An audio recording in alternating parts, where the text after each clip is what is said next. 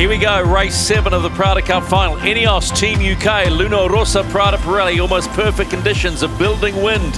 Who does that favour, INEOS Team UK or Rossa, Prada Pirelli? Another amazing spectator fleet out on the water, ready to see this one unfold. And you can just imagine, look at that spectator fleet for a start now, virtual eye giving us a perfect view of the stadium course. But Kenny, what's going through the mind of all three helmsmen right now? Well, just get a good start. I think they can compartmentalize a race day down to the fine moment, Shirley, and that is to get it sorted and get a good start, because without a good start, nobody's going to win this race, as shown by the last 5 or 6 races that we've seen. Coming up here, upwind sailing, upwind sailing. I was looking at the wrong manner. Okay, good there. Just a fast mode here. This is the race committee. The wind sampling period is complete, and this race will start on schedule. We are a go. Good news. I think the British boat will be quite relieved. The forecast for today was initially quite light, but just look at it. We're seeing between 10 and 13, 14 knots. The hope of a little bit more to come. So massive relief for Britannia. We talked earlier about starts. Get the start right, it goes a heck of a long way to winning the race. I wonder what the mindset is of Sir Ben Ainslie on port entry today. Giles Scott sort of suggested in the press conference yesterday that they quite like port entry to control the start. Well, I don't know if they're controlling the start, but certainly they're controlling that turn back, that critical turn back. You force the other boat into making that big ultimate decision. Do you want to lead or do you want to push? They all have playbooks. There's no question about it. And yesterday, Rossa pulled a new trick out of the bag. There's no question in my mind that they showed us something, and they showed Ben Ainslie something he had never seen before. So let's see if they got another trick up their sleeve. I wouldn't be shocked if they did. Jimmy Spittle was saying that their technique, their handling is very good and very smooth. That has gone a long way to put them in the position they are now. Every day, Stephen, they better and better, and they're showing us more and more tricks. I mean, they're really getting to grips with this AC75. It's a joy to watch. 2 minutes and 19 seconds counting to port entry. That will be 2 minutes and 10 seconds for INEOS Team UK on port entry. And as you can see, they are flying in at something like 41 and a half Ks into port entry. And then they come, look at the right-hand side of your screen. 2 minutes that Rossa, Prada Pirelli allowed into the pre-start. And as we keep saying, it's all on right here. 2 minutes to decide who gets the start right. A little different move right away by the British by going really super deep down into the box. Shirley, again, these are not just random plays we're seeing right now. For the viewership around the world, we're seeing sailing like we've never seen before, and these pre-starts are the perfect example. Yeah, I agree. There's no winging it in these starts. This will have been a play that they've discussed. He's very close to community ley line there. Killing 50, 16 to boundary. Okay. 15 to crossing out here. If he joins with that. By board down. 2-1 board down. Yeah, probably tanking here, Jimmy. Copy that. Turning here. He's on community ley line there. No eyes on him. Yeah. Starting here. Starboard lane 5 is 2. 3, 2. So you can already hear on board Prada that they were anticipating where their competitor is on the race course, where they are on the ley line, which is that straight line back to the starting line in the upper left-hand side of our screen. Here comes that push. Okay. Spill here. Time and distance to the start, critical. Rossa, Prada Pirelli have been almost masters at it. He's coming down. What's on? Now lower, now lower. Yeah, copy. He'll be late. We've got a little bit to defend. Up a little. Ready to trim up here. Got us racing at the pen. Okay, we're racing. Still I'm killing really a couple. surprised that Rossa gave up that distance, Shirley. That seemed like distance they didn't need to give up. Full speed, boys. Build here. Should be good here. Got you just on time. Maybe just a little kill to do here. Little kill. Yeah, down a touch. Full focus on speed here. 11, 10, It's going charging big time. 8, high pitch. Let's go all the way. Trimming up. 5, 4, 3, 2, 1. Okay, lefty Start. face, Your pitch. yeah. Race 7, Prada Cup final is underway. No argy-bargy, clean by both. Same now. I was very surprised that Luna Rossa gave up that distance to windward as early as they did. I thought they had a chance to kind of hang up there and start further gapped off to whether this is a very vulnerable spot for the Italians. It looked like a moment of slight indecision. They thought maybe we'll go for the dip, and then realised it was too late.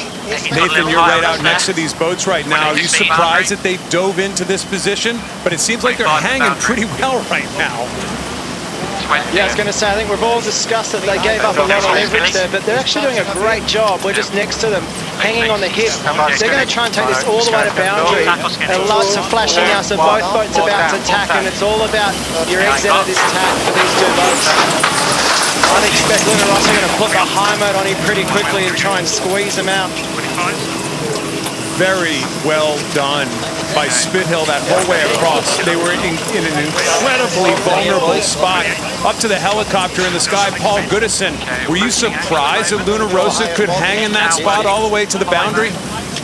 Yeah, a little surprised they managed to stay in there as well as they did. It's going to be interesting going across here with the setup we have today. There's going to be a bit of a right bend around Rangitoto into the channel, so we'd expect a small right shift as we get over here, and I'd expect it to become quite difficult for INEOS to hang in on this long port tack. Any time here to attack. 2, 1, board down.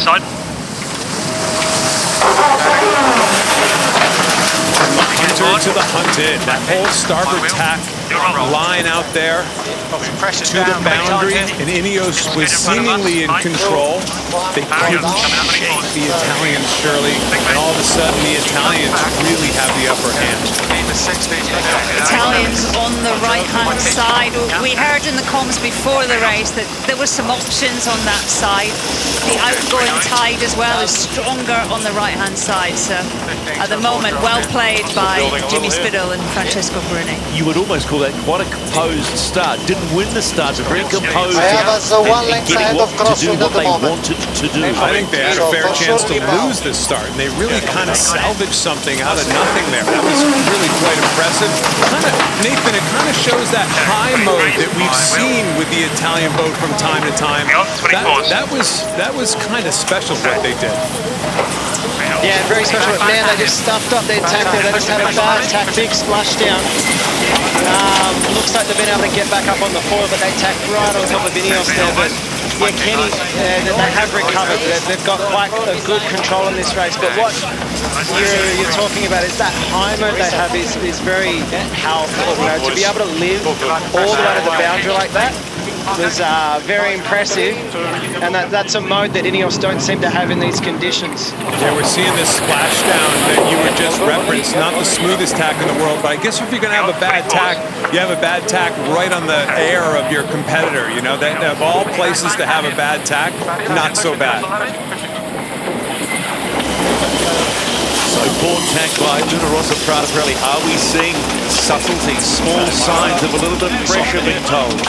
Well, Goody, as we look down right now, we were looking at 12, 13 knots of breeze, but it sure doesn't feel like that on the water. Could we have had a little bit of lightening in the breeze, or is it still okay? I think it looks a little lighter in general than it did just before the start, but there's quite a distinctive tide line that just went straight through the middle of the start. A real clear definition in the watercolour change between the right-hand side and the left-hand side. So you'd expect to see the boats on the right just get a little gain upwind. Okay, got it.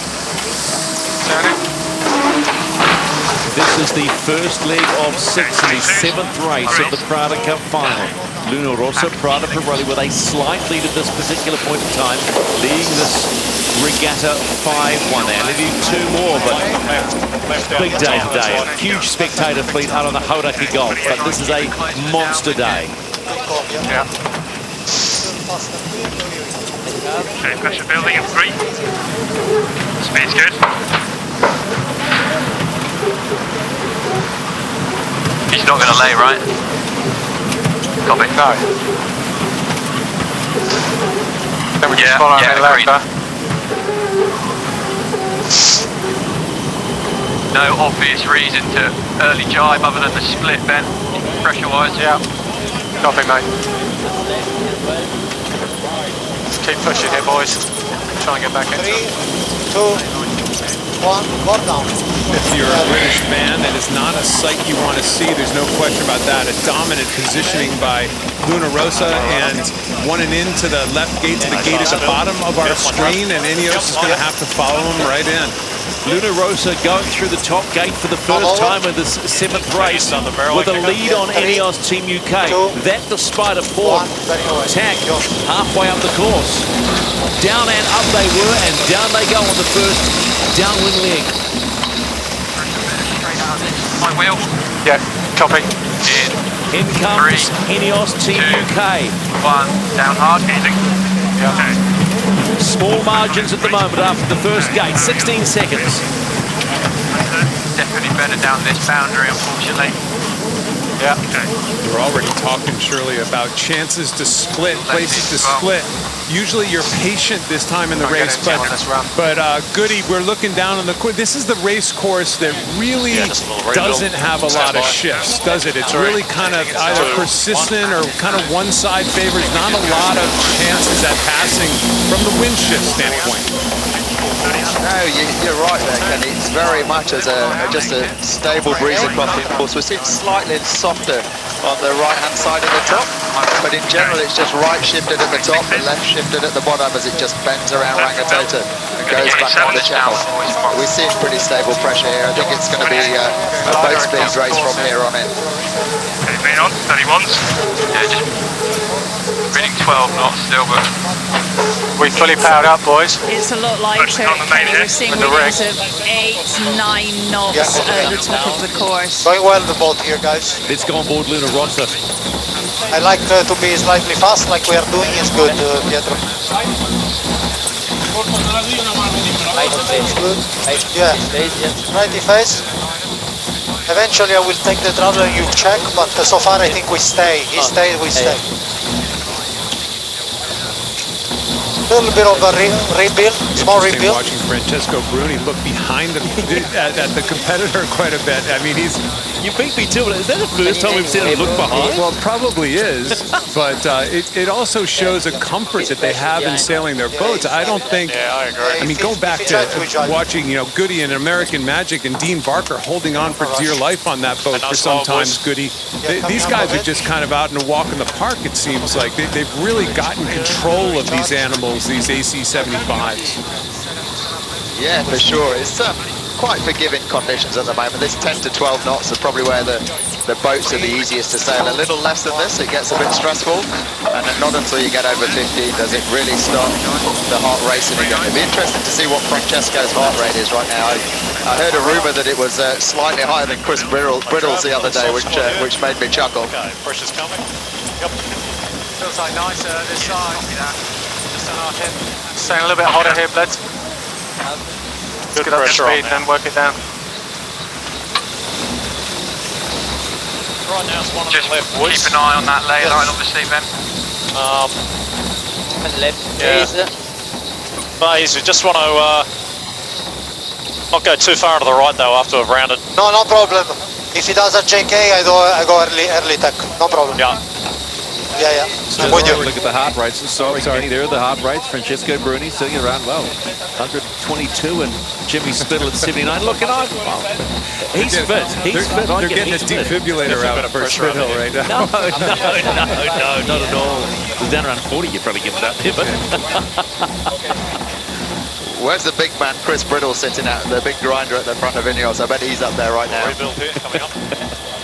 the lead around 270 metres on the first downwind leg of this 7th race in the Prada Cup final. Luna Rossa, Prada Pirelli in control. They're heading towards this bottom gate for the first time. Nathan, you got to be thinking a split at this stage, right? You got to be thinking something, because I don't think you're going to beat that Prada boat just by following them around the track and being patient at this stage. What do you think? Yeah, they definitely need a split, but you heard Francesco Bruni saying down there, if they JK, they tack straight around this mark, I just tack and match it. They're not going to get a split. Prada is not going to allow a split, so they can try as much as they want, but it's not happening. Bottom gate for the first time. Luna Rossa, Prada Pirelli still controlling the 7th race. Coming up. And And as we have said on numerous occasions, as this team has got better and better, nice smooth rounding of the mark, and away they go on leg number 3 of race number 7. It was 16 seconds at the top gate. And not too much more as INEOS Team UK come around the bottom gate. Yeah, 5-second game and not the best drive around by INEOS Team UK. 21 seconds the deficit. Surely it shows how smooth these boats have gotten, though. We're calling that not a great rounding. That's a brutally hard maneuver that they just pulled off and had a tiny little splashdown. Looked pretty good to me. Maybe not the perfection that Mr. MacGyver here is expecting. The bustle just kissed the water. They survived well. You know, both these boats set out with a slightly smaller jib, expecting more breeze. And I wonder if this is also hurting INEOS. You know, they need power in these lighter conditions, and currently look to be slightly struggling. He's stacking. Yeah, a little further and just dig into this left. Yeah, I agree. They're sailing like a faster boat. It's really not. Your mentality of how you cover, where you position your boat, everything else. If you feel comfortable in your boat speed, man, oh man, everything comes easy. I'll tell you what's comfortable is the communication between Jimmy Spittle and Francesco Bruni. Let's see if we can grab a bit of it. Nice stack, boys. They're tasting the blood in the water, surely. I hate to say this, but just you can hear it in the tone of their voice. It just feels a little different.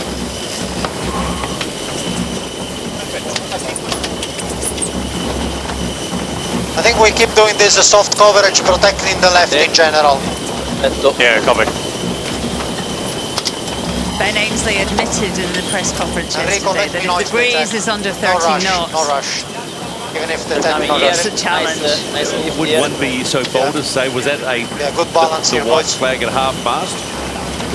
No, I think he's trying to be a realist, and you know, the rhetoric kind of fits the crime here, so to speak. You know, they're looking for some rallying cry to be the underdog, and these guys are saying, no, boats are the same speed, no big deal. So again, the rhetoric kind of fits what each of them have to talk about.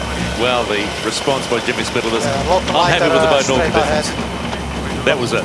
Say no more. Luna Rossa, Prada, Pirelli. Nothing to worry about. As you can see here, Francesco Bruni, top right of that screen. Bow camera. Gosh, I love that shot. Stand by in 3. Holding 1. We go a little bit more so that we secure the one and in after. Right mark and early jack. Stand by in 3, 2, 1. 4 down. Out to Paul Goodison up in the helicopter. They're talking about two things, Paul. They're talking about the left side of the course all of a sudden they like a little bit more, which is interesting. And then the other thing is they're talking about the geometry of the race course already, how the geometry works and how many attacks they're actually going to do into the top gate. Can you just take people through how that software works? Sorry, just getting stuck on. Yes, you have a software up in front of you of how many more tacks before you make the gate. And really smart call there by the guys on Prada. They were just about to tack. They realized that if they went another 50, 100 meters, it opened up one more tack before the top gate after the one they were into there. So it just means that they're securing that it's not costing them an extra maneuver before they get to the top. And just looking at the course, even though the tide's turned on the right-hand side now, it still looks like this left side is just more consistent pressure, more even. It goes a little bit against the right shift at the top of the course, but it's, I guess as the breeze gets lighter, it's more about the slight bit of extra pressure on than the shift. So that was the voice of Paul Goodison, gold medalist, main trimmer for American Magic. He's in our helicopter, our high in the sky, Nathan Average, out on chase boat number 1. As you see, we're following at the moment and going on board with INEOS Team UK, who are having to be the hunter right now of Luna Rossa on this third leg of 6 and race 7 of the Prada Cup final.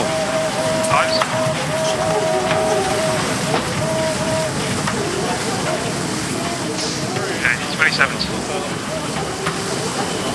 Just go one and in here. Okay, boys. And 3, 2, 1.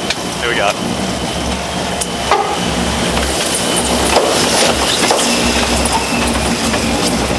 My rake, my drop. Just look at the engine room do its job. I think you were the one, Kenny, who said earlier, with these tacking jewels, those boys are absolutely knackered by the end of a race. Yeah, the grinding world championships, we called it a week or so ago. It's really, it's a different world. They're pumping hydraulic fluid for the most part and accumulating hydraulic pressure, so everything from the water line up can be trimmed properly. So we do right gate, potential early jibe, boys. But let's settle first, okay? Just so good when you've got 14 microphones and 10 cameras on board each boat to know exactly what is going on. You heard Francesco Bruni telling everybody around the world exactly what they're going to do. Luna Rossa, Prada Pirelli, halfway through this 7th race, getting one step closer. Good course. To the match. It's not done yet though. So half distance completed. Leg number 3 for Luna Rossa. Maybe out of jibe before him. For a second. For sure, yeah.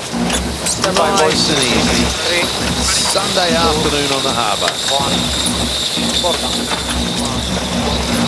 Nice stretch out here, Shirley, and I'll tell you what, Mr. Bruni's, for a guy whose heart rate is at 122, sounds pretty calm, cool, and collected to me. It's actually phenomenal. A little light for the next 20. They are just stretching this lead all the time. Still got a soft in the power. INEOS Team UK approaching the halfway mark of this 7th race, and that, as Shirley quite rightly says, that lead has extended to Luna Rossa, Prada Pirelli. INEOS Team UK, top gate. Yep. So this is course for 10. It's gone over 5 a minute now. 4, 3, 2, 1. Dig down. Yep. Okay. 1 minute and 7 seconds on the downward leg. Leg number 4 of 6. So Nathan, in this wind strength, when are you, let's put yourself in Peter Burling's shoes for a second. You think they're impressed? You think they're nervous? You think they got him? What do you think? If we're slightly looking ahead, we still got a race to go here, but this is a very impressive performance here in this wind strength. And this is the predominant wind strength this time of year, right? It is the predominant wind strength. 10 knots is a pretty nice light sort of sea breeze that we get throughout the month of March. It's a great question. What are Team New Zealand thinking right now? I know that this series is not over, but you asked me the question, and for the hour before racing, Team New Zealand were doing laps and pre-start practice on this race course. They're now actually off to the left of the race course. They're up near Tirri sailing themselves. So I thought that they were going to stop and watch this race and observe. I guess they figured they'll watch the broadcast back and get all the details from our brilliant commentary. But right now, they are out there right now doing their own thing, improving themselves. So I don't think they're really watching that too closely today, but for sure they know the boat that will be coming up against them, and they'll be getting prepared for that. Give yourself a rack, pal. Got to talk it up when you can, don't you, Stephen?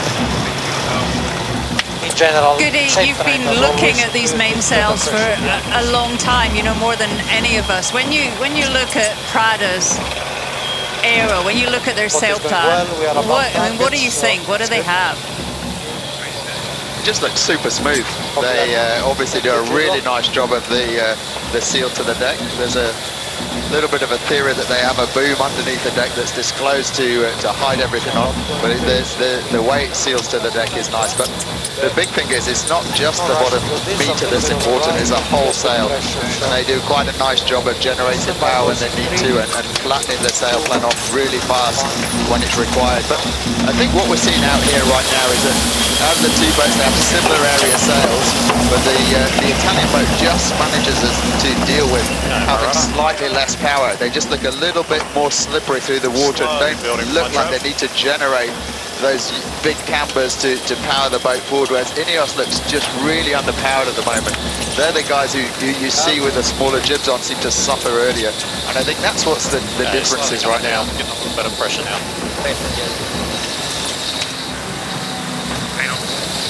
As this lead stretches out, Nathan, back to that Team New Zealand question. you know, they're actually jumping in on this race course probably to get their own data on the race course, and then they see all the TV data after these races. They have something to compare one for one with, don't they? Yeah. There's a huge advantage being the defender. They do laps of this course before and after these races. They try to do that in the same wind strength, and what that means is that they know how they stack up compared to these two boats. But these two boats have no idea how they stack up against the defenders. So New Zealand might not be getting any of the race practice or training, but they're getting a good idea of performance comparisons, which these teams aren't getting. It's good to be the defender, Shirley. I think he's a faster lane. Gotta make the rules. Luna Rossa approaching the bottom gate to complete the 4th leg of race number 7. They have stretched the lead on INEOS Team UK in front of a magnificent spectator fleet, as you can see on our virtual eye. It really is a stadium watch for everybody out there, and for you at home, wherever you are watching around the world. Luna Rossa gets set to round that bottom gate and start on leg number 5. Just like a ball. Nice rounding, boys. That's what that rounding was. Smooth and slow. It's a little lefty again. Same lefty as we had before. You will be 2, driving. 1, 4 down. Okay, no problem. Turning.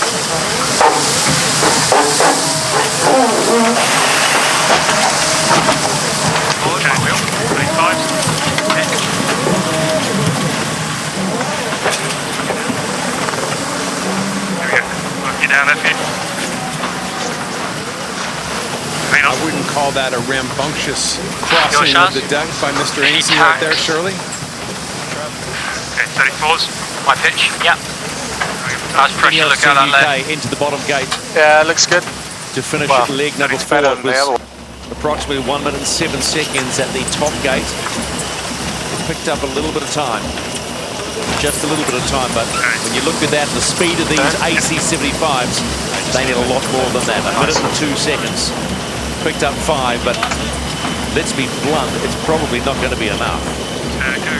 We talked about it in the pre-show, Shirley, the perfection that these boats have slowly developed over time. We used to talk about a 1 mistake lead or a 2 mistake leads, expecting that mistake, anticipating that mistake. They just don't happen anymore.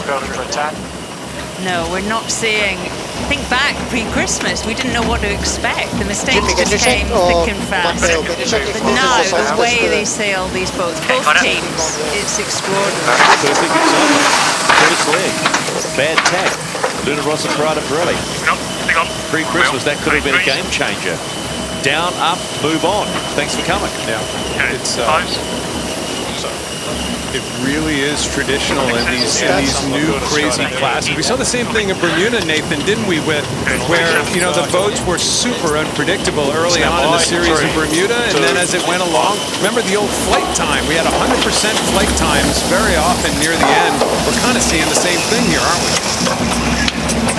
Yeah, we are. The way that the America's Cup's always worked is it's a design race. It's generally about the fastest boat. So you spend 2-3 years designing, testing to make the boat go faster. You're not ever really doing any race training. These teams haven't been able to do any race training except against their chase boats. So when they came here in December, that was the first time they got to line up against another boat. And so the race mistakes come in. So we're commentating, being very critical of them not being very good at racing when, honestly, they've spent 3 years only on performance. And right now, you can see why. One boat is faster than the other. You know, so the 3 years of development on making sure those foils, those sails, those systems on board are as good as they can be is what's deciding the race. So I guess the way that it always works is the sailors just have to work out how to sail and race these boats, but they really rely on the design team and the engineers to come up with clever solutions to make the boats go fast. And it's a collaboration of the two things, and that's why the America's Cup is such a unique challenge and a huge team effort. You know, the most surprising thing, I'm going to use the word surprising thing about the performance of Luna Rossa, all up till the Prada Cup final, let us be blunt, they were nothing flash. They weren't setting the world on fire, and suddenly, surely when it matters, boom. I mean, just as Nathan said, you know, they'd spent all that time developing the boat, and there was certainly potential in the boat. We saw glimmers of greatness, but they couldn't tame the beast. And as the weeks have gone on, it's just got tighter and tighter and smoother. I can remember Jimmy Spittle coming, was it just pre-Christmas or just post-Christmas, saying, and they'd just finished the race and going, and talking to Francesco, going, mate, we're on the edge. We're right at the edge. It was almost a sense of, I'm not so sure how far we can push this boat. Right now, they're going, well, let's just keep pushing it, because they have incredible confidence in their platform. Yep, same plan as before. Just one on there. In any yacht race, Kenny, when you know coming up a little now. you have the speed edge, it's a joy. You can do whatever you want, go wherever you can. You know why, Stephen? Because a slow boat has never won the America's Cup yet. Attaboy, attaboy. Tank 17 bleds, copy. Rolling windward. 26s. So this is race 7 of the Prada Cup final. Luna Rossa, Prada, Pirelli have 5 wins. As it stacks up right now, that'll go to number 6. And then they're one step away, one win away from the match. Just getting there. Just got to know what's going on in Benazzi's head right now. Yeah. I think it was really showing in that last cross. We saw him run across the boat. He kind of did it, kind of half speed. Listen, he's on. Yeah, it's 27. We don't know for sure, but mentally he's on to the next race. This race is over, Shirley, don't you think? Hold ahead and go soft. Maybe if the conditions had been different, but as you say, Benazzi's a realist. They know the performance profile of their machine, and today it just didn't roll their way. It's light winds. They know they've got issues with that. Gonna make it anyway. Let's not raise the white flag yet as we complete leg number 5 for Luna Rossa, Prada, Pirelli, and they will head on the downward leg, the home leg, in race number 7. No lower than this. This is good though. 2, 1, all good. Sweet. Just like that, around they go and head home. Luna Rossa, Prada, Pirelli, the challenger of record, moving a little bit closer to the big show, the America's Cup. You'll see him Setting up, that's crossing. Copy. Yes, I can see. 2. Stand by, boys. Down. 3. 2, 1. Go down. Get aboard. Let these guys commentate for a little bit. It's fantastic to hear the action on board, of course, but when it gets spread out like this, it becomes a little more, I guess, predictable. Yep, 26s. The one that you can guarantee, it'll be pretty quiet on board Luna Rossa. Maybe a little more animated as we sit right now with INEOS Team more UK. pressure here. Copy. Yes, ideally we want to try and get around that left, don't we? Better pressure. Yeah, I think so, yeah. Okay, let's see if we can get there. Yeah. Not sure we are. Yeah, copy. 26 is there, I think we just build. Yeah, building here for attack. My pitch. Yep. Set up, lads. Okay, crossing. Ready. 2, 1, ports down. Minute. Turning. INEOS Team UK. Powering up 22s. Okay. 3s. Taking a little bit of height. Finally getting through that top gate for the last time. And that lead, let us be honest, has blown out. 29s. Settle land. 1 minute and 45 seconds deficit. That was a heck of a lead for Luna Rossa. Not so for INEOS Team UK. It's going to go back to that start where Luna Rossa really had an average, maybe below average start, right? And they hung in there right to the first edge and actually leave out them coming.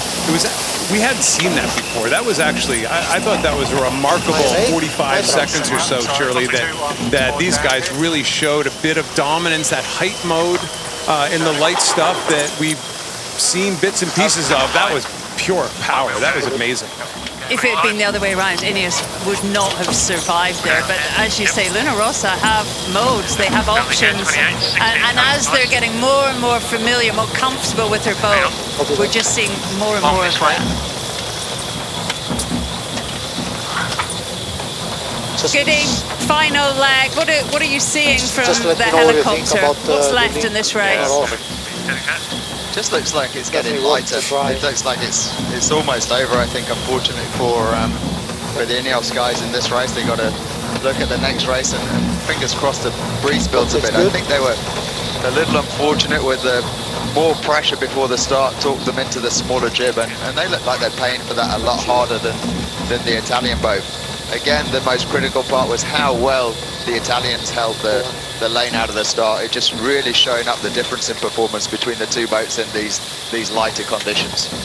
Goody, you were part of American Magic for nearly 4 years. You know, how hard do you think this day is for INEOS, knowing how much effort has gone into it all?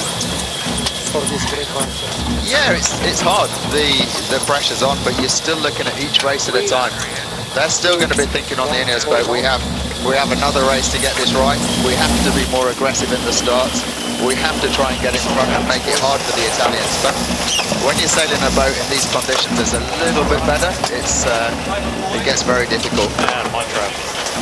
It was quite surprising there wasn't much RG in the start. Well, we were expecting more as to what we saw yesterday. I personally was just a little surprised, knowing how important today is. I mean, the British boat nailed the start. They had a play, the way it was going to pan out, and Jimmy Spittle just didn't really engage. They had a plan, and they have a plan. Jimmy Spittle, Francesco Bruni, Luna Rossa, Prada Pirelli, the challenger of record. And they are about to win race number 7 of the Prada Cup final and take a 6-1 lead in this regatta. They can smell the America's Cup match. They are across the line. Luna Rossa, Prada Pirelli with win number 6. They have signaled their intentions. They're showing Emirates Team New Zealand and the rest of the sailing world they are here to play, and they will play hard. Good recovery. Couple things off the boat there. Good recovery, first of all, for obviously. But the second thing is they've got this down to such a science that they jibed at the finish line to, quote, set themselves up for the next pre-start. So they're already thinking about the next pre-start. That's the detail that has gone into sailing these boats and preparing these boats to do battle. I thought that was very interesting. Also, hardly even a well done. I mean, I've never seen such a calm Italian unit before. They're definitely taking it one race at a time.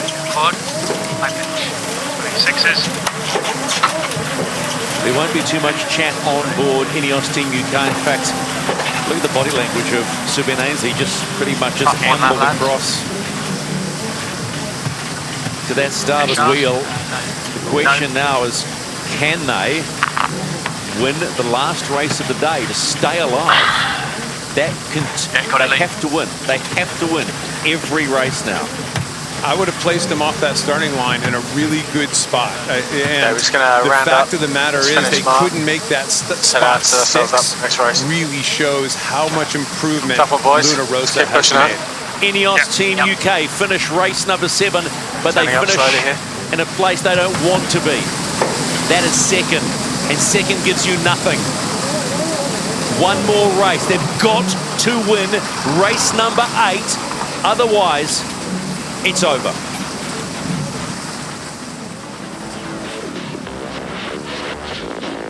A beautiful day on the Hauraki Gulf, that iconic Rangitoto framing the race course. And here is the final result. Luna Rossa, Prada Pirelli win race number 7, take a 6-1 lead by 1 minute and 45 seconds.